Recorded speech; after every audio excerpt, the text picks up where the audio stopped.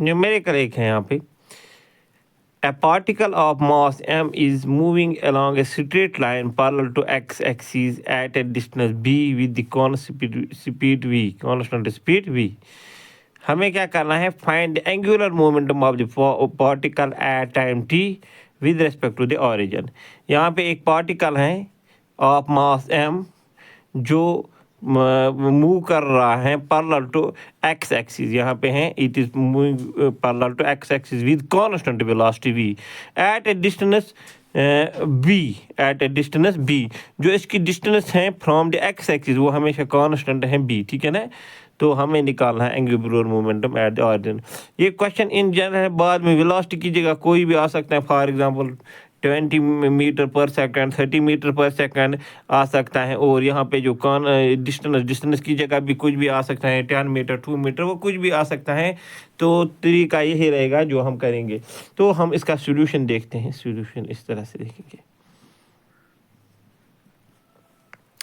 तो पहले हमें यहाँ पे वेलोसिटी हमें पता है। वेलोसिटी अगर हम बोलेंगे तो this is parallel to X axis. खाली यहाँ पे आएगा वेलोसिटी का कोएफिशिएंट अलोंग एक्स एक्सिस, क्योंकि अलोंग वाई एक्सिस और जेड एक्सिस का कंपोनेंट जो है वो 0 आ जाएगा। सो हम वेलोसिटी को इस तरह से लिख सकते हैं, v यहाँ पे इंटू आई, क्योंकि वहाँ पे जे और के जो है 0 आ जाएगा, ठीक है ना। बिकॉज इट इज़ जो ये मूव कर रहा है along parallel to X axis, ठीक है ना। तो वाई कोऑर्डिनेट और कोऑर्डिनेट चेंज नहीं होते हैं, वो 0 रह जाते हैं, यानी उनके कोऑर्डिनेट्स ही नहीं आते, ठीक। तो अब हम लेंगे देयरफॉर, अगर मैं पी लूँगा, पी मोमेंटम होता है mass into velocity. That is mass into velocity क्या है? v इनटू आई, ठीक। अब मैं लूँगा distance travelled by the particle along X axis, जो मैंने एक्स यानी ओह ए, तो मैं इस तरह से लिख सकता हूँ, distance travelled by particle in time t, क्योंकि टाइम जो है t दिया हुआ है, in time t parallel to X axis, यानी इन टाइम t वो हमने x लिया है, फॉर एग्जाम्पल x। तो डिस्टेंस ट्रेवल्ड क्या बन जाएगी? हमें पता है पहले जो ये डिस्टेंस वेलोसिटी होता है, velocity is equal to distance divide by time. So distance time is equal to velocity into time. So distance travelled यहाँ पे मैंने वो एक्स लिया है, सो डी, तो मैं लिख सकता हूँ d distance is equal to x is equal to velocity into time, यानी v into t. This means this x is equal to v into t. तो ये एक्स बन जाएगा। यहाँ पे मैं लिख सकता हूँ एक, ये जो ये डिस्टेंस है, ये वाली डिस्टेंस या ये वाली डिस्टेंस वो भी यहाँ वो है, वो वी टी बन जाएगी, ठीक है ना। देयरफॉर अगर मैं आर का पोजीशन वेक्टर देखूंगा, जो ये आर है, ठीक है ना, ये आर किस प्लेन में है? एक्स वाई प्लेन में है। अगर आप देखोगे जो ये पॉइंट बी है, it is on the x Y plane. So जो ये आर है, आर पोजीशन वेक्टर, इसके दो ही कंपोनेंट्स आएंगे, एक्स कंपोनेंट और वाई कंपोनेंट। देयरफॉर मैं पोजीशन वेक्टर ऑफ आर जो है, आर को मैं लिख सकता हूँ, this is equal to x i plus y j plus z के।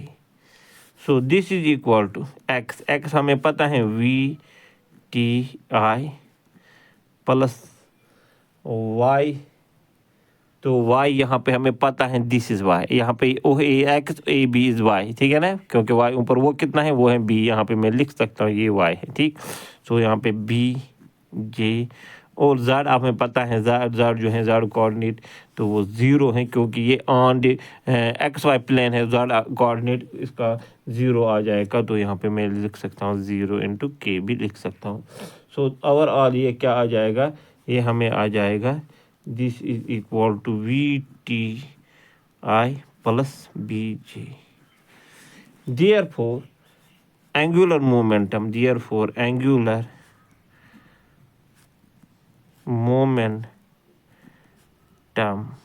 Angular momentum L is equal to, वो किसके इक्वल होता है, R cross P, R cross P।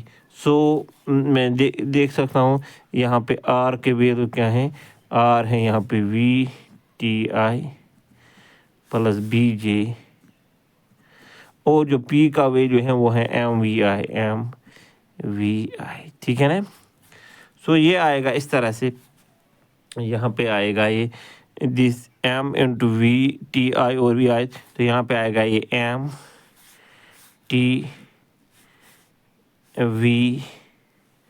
MT, तो यहाँ पे क्रॉस प्रोडक्ट, तो यहाँ पे मैं लगाऊंगा, और ये तो मैंने और का वैल्यू दिया, यहाँ पे क्रॉस है, ठीक है ना। तो यहाँ पे MT, तो यहाँ पे क्योंकि जो है MT दोनों स्केलर हैं, कॉन्स्टेंट है, M और T दोनों स्केलर हैं, वेक्टर क्या है V और V, तो यहाँ पे आएगा I क्रॉस I, तो यहाँ पे आएगा V क्रॉस, इस तरह से हम यहाँ पे लिख सकते हैं VI क्रॉस किसके साथ, VI क्रॉस VI प्लस, फिर क्या आएगा, यहाँ पे आएगा B और आएगा M और आएगा V और यहाँ पे आएगा J क्रॉस I, ठीक है ना। नाउ VI क्रॉस VI हमें पता है ये जो वेक्टर्स हैं अलोंग द x डायरेक्शन दोनों हैं, तो we know that if the two vectors are in the same direction, तो उसका क्रॉस प्रोडक्ट 0 होता है, क्योंकि हमें पता है, यहाँ पे हमें पता है A cross B is equal to AB sine of theta, और वहाँ पे जो यूनिट वेक्टर परपेंडिकुलर A और B को आता है। नाउ यहाँ पे जब I cross I, angle between I and 0 and sine 0 is 0, तो पूरा यहाँ पे जो है ये 0 बन जाएगा, ठीक है ना।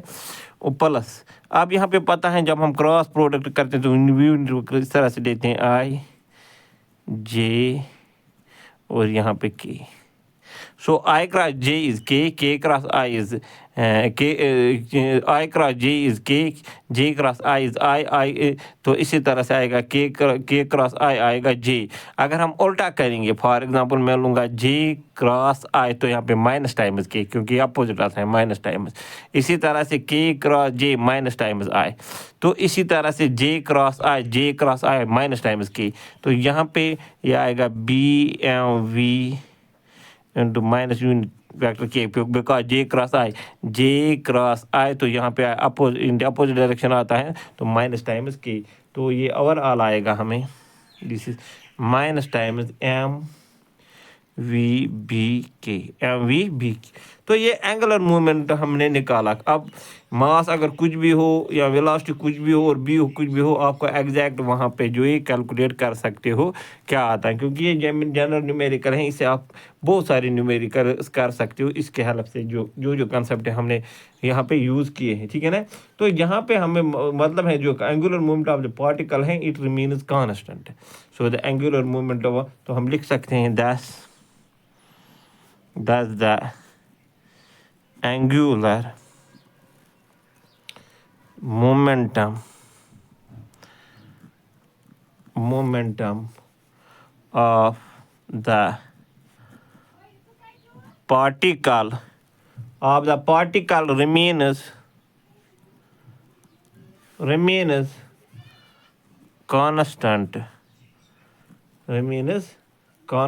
if it, हमें अच्छी तरह से लिख सकते हैं, if it moves along a straight line parallel to x axis, यानी angular momentum remains constant if the particle moves parallel to x axis with the constant velocity, ठीक है ना। हम लिख सकते हैं parallel to x axis at a constant distance, क्योंकि distance है पैरेलल टू x एक्सिस को विद वेलोसिटी कांस्टेंट चल रहा है, मगर at a distance constant distance from the x axis जो हमने यहाँ पे भी लिया है। अब हम जल्दी से रिलेशन डिराइव कर देंगे, बहुत ही इंपॉर्टेंट रिलेशन है और बहुत ही ईजी है, relation between torque and angular momentum, ठीक है ना। अब हमें पता है जो एंगुलर मोमेंटम है, we know that this angular momentum L is equal to R cross P, ठीक है ना। तो यहाँ पे इसको इक्वेशन फर्स्ट हम लिखते हैं, या ना भी लिखो तो भी कोई बात नहीं, फिर भी लिखो। तो हम करेंगे डिफरेंशिएटिंग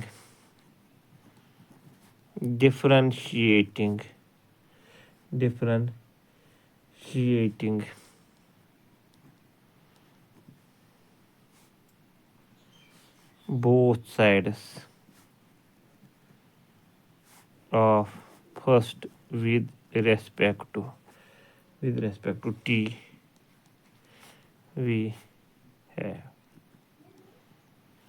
यानी इसको हम both sides with respect to T differentiation करेंगे, तो यह आएगा dl/dt, और यहाँ पे d/dt of r cross p। तो यहाँ पे अब हम प्रोडक्ट रूल लगाएंगे, क्योंकि डिफरेंशिएशन करनी है हमें। यहाँ पे दो फंक्शंस हैं, एक r है और p है।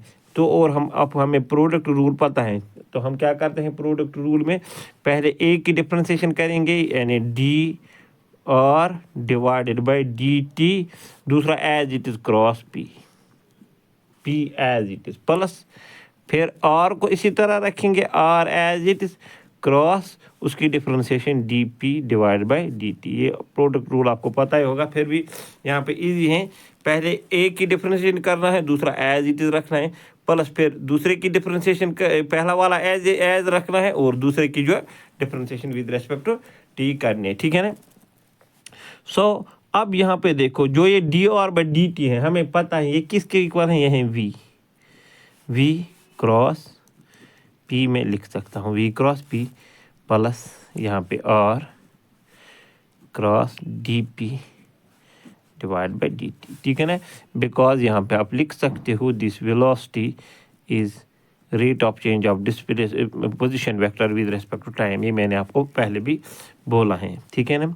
सो this is further equal to अब हमें पता है मोमेंटम होता है mass into velocity, so this is v cross momentum का m इंटू v प्लस, तो यहाँ पे r क्रॉस, ठीक है ना, r cross dp divided by dt। तो ये dp divide by dt by Newton second law से किसके इक्वल होता है, ये फोर्स के इक्वल होता है, force.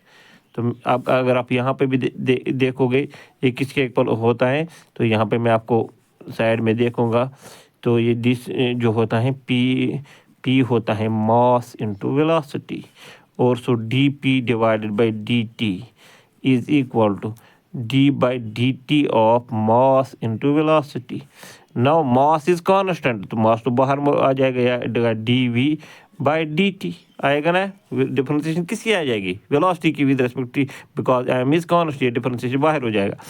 And you know that this m dv/dt rate of change of velocity with respect to time, वो क्या होता है, acceleration, and by Newton second law mass into acceleration is force. So this dp divide by dt force के बराबर है, वहीं यहाँ पे मैंने लिखा, साइड में आप लिख सकते हो, ठीक है ना। सो यहाँ पे जो ये कांस्टेंट, इसको मैं बाहर निकाल सकता हूँ क्रॉस प्रोडक्ट से, यहाँ पे आएगा v cross v plus, and you know that this r cross f is torque, तो यहाँ पे आप लिख सकते हैं, because this torque is equal to r cross f, ये हमें पता है, ठीक है ना। हम पहले भी पढ़ चुके हैं, जिन्होंने पहले इसके वीडियो नहीं देखे, पहले वो वाले देखें, बाद में सीकेंड के साथ ये सब कुछ उनको समझ आ जाएगा। Now v cross v, now v and v are along the same direction, so angle is 0, so v cross v is v sin 0 degree, that is 0। तो सिंपली a क्रॉस a हमेशा आपको 0 आता है, because they are along the same direction। Similar v cross v तो ये आएगा 0 plus tau, ठीक है ना। This implies this is equal to tau. Therefore हमें क्या निकला, हमें निकला dl/dt differentiation of angular moment with respect this time is equal to torque. This is the required relation, यानी this is the required relation, derivative of angular moment with respect to time is equal to the torque.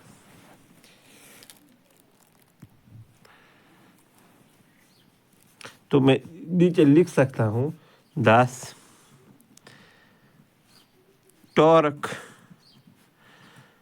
Torque is the rate of change of angular momentum, rate of change of angular momentum of the particle, rate of change, या इतना भी लग सकते हो, that's the torque is the rate of change of angular momentum।